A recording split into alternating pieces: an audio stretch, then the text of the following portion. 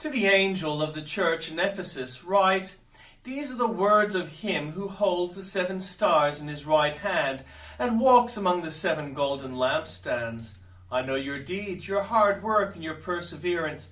I know that you cannot tolerate wicked people, that you have tested those who claim to be apostles but are not, and have found them false. You have persevered and have endured hardships for my name, and have not grown weary. Yet I hold this against you. You have forsaken the love you had at first. Consider how far you have fallen. Repent and do the right things you did at first. If you do not repent, I will not come to you and remove your lampstand from its place. But you have this in your favor. You hate the practices of the Nicolaitans, which I also hate. Whoever has ears, let them hear what the Spirit says to the churches. To the one who is victorious, I will give the right to eat from the tree of life, which is the paradise of God. To the angel of the church in Smyrna write, These are the words of him who was the first and the last, who died and came to life again. I know your afflictions and your poverty, yet you are rich. I know about the slander of those who say they are Jews and are not, but are a synagogue of Satan.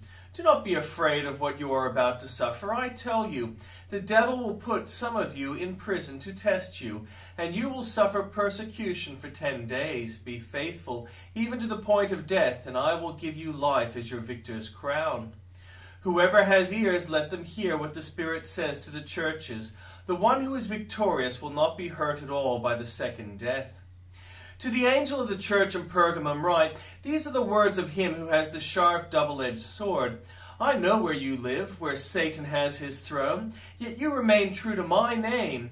You did not renounce your faith in me, not even in the days of Antipas, my faithful witness, who was put to death in your city where Satan lives. Nevertheless, I have a few things against you. There are some among you who hold to the teaching of Balaam, who taught Balak to entice the Israelites to sin, so that they ate food sacrificed to idols and committed sexual immorality. Likewise, you have those who hold to the teachings of the Nicolaitans. Repent, therefore, otherwise I will soon come to you and will fight against them with the sword of my mouth. Whoever has ears, let them hear what the Spirit says to the churches. To the one who is victorious, I will give some of the hidden manna. I also give that person a white stone with a new name written on it, known only to the one who receives it. To the angel of the church in Thyatira write, These are the words of the Son of God, whose eyes are like blazing fire, and whose feet are like burnished bronze. I know your deeds, your love and faith, your service and perseverance, and that you are now doing more than you did at first. Nevertheless, I have this against you. You tolerate that woman Jezebel, who calls herself a prophet. By her teaching she misleads my servants into sexual immorality and the eating of food sacrificed to idols. I have given her time to repent of her immorality, but she is unwilling. So I will cast her on a bed of suffering, and I will make those who commit adultery with her suffer intensely, unless they repent of her ways. I will strike her children dead. Then all the churches will know that I am he who searches hearts and minds, and I will repay each of you according to your deeds. Now I say to the rest of you in Thyatira, to you who do not hold to her teaching and have not learned Satan's so-called deep secrets, I will not impose any other burden on you, except to hold on to what you have until I come. To the one who is victorious and does my will to the end, I will give authority over the nations. That one will rule them with an iron scepter and will dash them to pieces like pottery, just as I have received authority from my Father. I will also give that one the morning star. Whoever has ears, let them hear what the Spirit says to the churches. And the Old Testament reading. Hear this, you priests. Pay attention, you Israelites. Listen to the royal house. This judgment is against you. You have been a snare at Mizpah, a net spread out on Tabor. The rebels are knee-deep in slaughter. I will discipline all of them. I know all about Ephraim. Israel is not hidden from me. Ephraim, you have now turned to prostitution. Israel is corrupt. Their deeds do not permit them to return to their God. A spirit of prostitution is in their heart. They do not acknowledge the Lord. Israel's arrogance testifies against them. The Israelites, even Ephraim, stumble in their sin. Judah also stumbles with them. When they go with their flocks and herds to seek the Lord, they will not find him. He has withdrawn himself from them. They are unfaithful to the Lord. They give birth to illegitimate children. When they celebrate their new moon feasts, he will devour their fields. Sound the trumpet in Gibeah, the horn in Ramah. Raise the battle cry in Beth-aven. Lead on, Benjamin. Ephraim will be laid waste on day of reckoning among the tribes of Israel. I proclaim what is certain. Judah's leaders are like those who move boundary stones.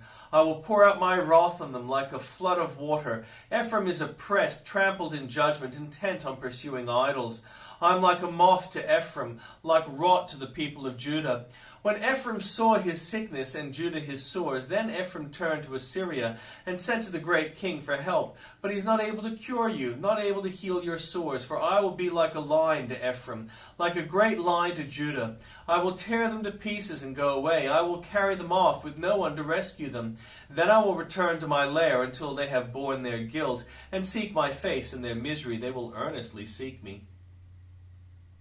Come, let us return to the Lord. He has torn us to pieces, but he will heal us. He has injured us, but he will bind up our wounds.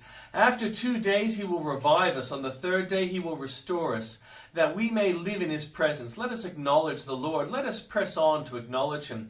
As surely as the sun rises, he will appear. He will come to us like the winter rains, like the spring rains that water the earth.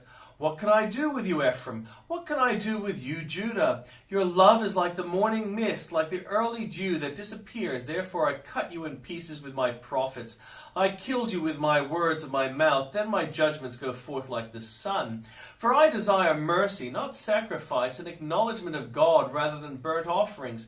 As at Adam, they have broken the covenant. They were unfaithful to me there. Gilead is a city of evildoers, stained with footprints of blood.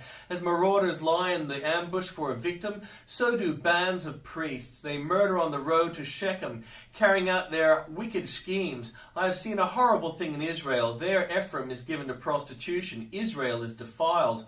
Also for you, Judah, a harvest is appointed, whenever I would restore the fortunes of my people.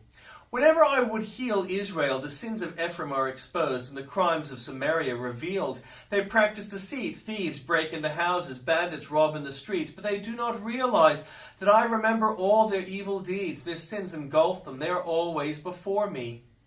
They delight the king with their wickedness, the princes with their lies. They are all adulterers, burning like an oven, whose fire the baker needs to stir. From the kneading of the dough till it rises on the day of the festival of our king, the princes become inflamed with wine, and he joins hands with the mockers. Their hearts are like an oven. They approach him with intrigue. Their passion smolders all night. In the morning it blazes like a flaming fire. All of them are hot as an oven. They devour their rulers. All their kings fall, and none of them calls on me. Ephraim mixes with nations. Ephraim is a flat loaf, not turned over. Foreigners sap his strength, but he does not realize it. His hair is sprinkled with gray, but he does not notice. Israel's arrogance testifies against him. But despite all this, he does not return to the Lord his God or search for him. Ephraim is like a dove, easily deceived and senseless, now calling to Egypt, now turning to Assyria.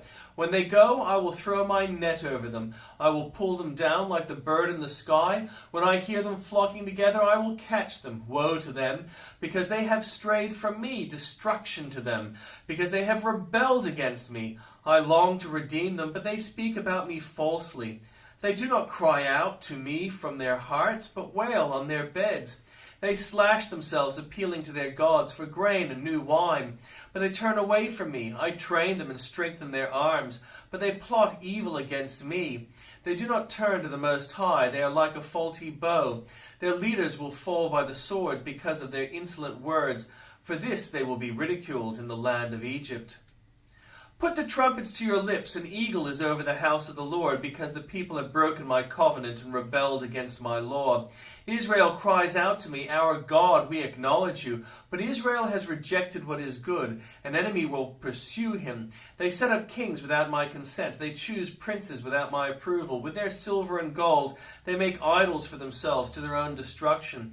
Samaria, throw out your calf idol. My anger burns against them. How long will they be incapable of purity?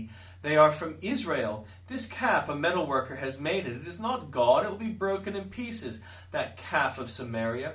They sow the wind and reap the whirlwind. The stalk has no head. It will produce no flower. Were it to yield grain, foreigners would swallow it up. Israel is swallowed up. Now she is among the nations, like something no one wants. For they have gone up to Assyria like a wild donkey wandering alone. Ephraim has sold herself to lovers. Although they have sold themselves among the nations, I will now gather them together. They will begin to waste away under the oppression of the mighty king. Though Ephraim built many altars for sin offerings, these have become altars for sinning. I wrote for them the many things of my law, but they regarded them as something foreign, though they offer sacrifices as gifts to me, and though they eat meat. The Lord is not pleased with them. Now he will remember their wickedness and punish their sins. They will return to Egypt. Israel has forgotten their Maker and built palaces. Judah has fortified many towns, but I will send fire on their cities that will consume their fortresses.